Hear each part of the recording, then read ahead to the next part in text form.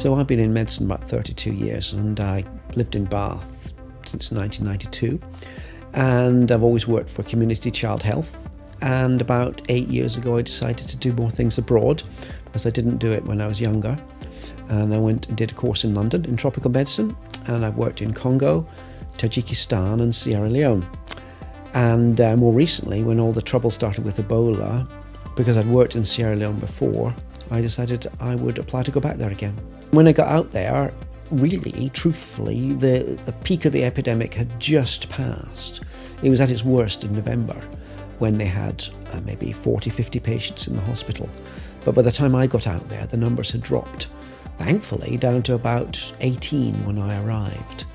And I continued to work there for 4 weeks. And by the time I left, there were very few patients in the actual hospital.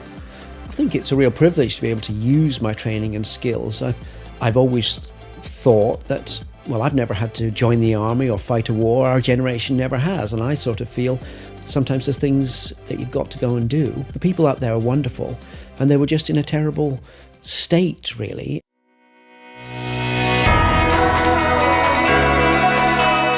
The IV team provides community clinics for IV therapy and will care for patients at home who require IV fluids, intravenous medication, central line care if they're undergoing chemo. We also look after women who require fluids for pregnancy sickness.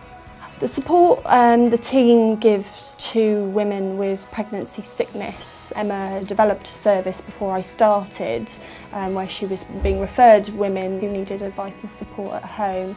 It's not been done in the community before. IV fluids has always been given in hospital, so it's meant a hospital admission for these ladies. I think the Duchess of Cambridge, her 2 pregnancies have highlighted how serious actually this is. What we offer now is a regime where women have some control over their need for fluid. We teach them how to monitor their signs of dehydration and advise them on the most appropriate time to contact us so that we can intervene with maintenance fluids, whether that be weekly or twice a week, to support them throughout their pregnancy. We're really proud of what we're doing. It's making a difference. It's making a massive difference for women and their families.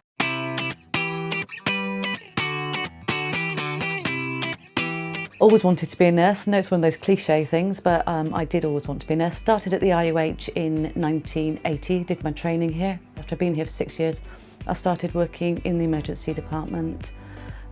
Worked here ever since.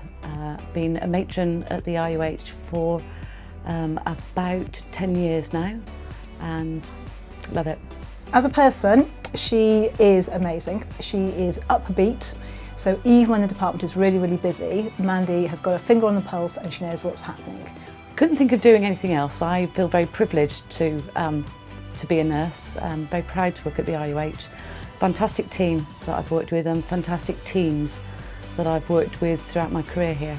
Very lucky indeed.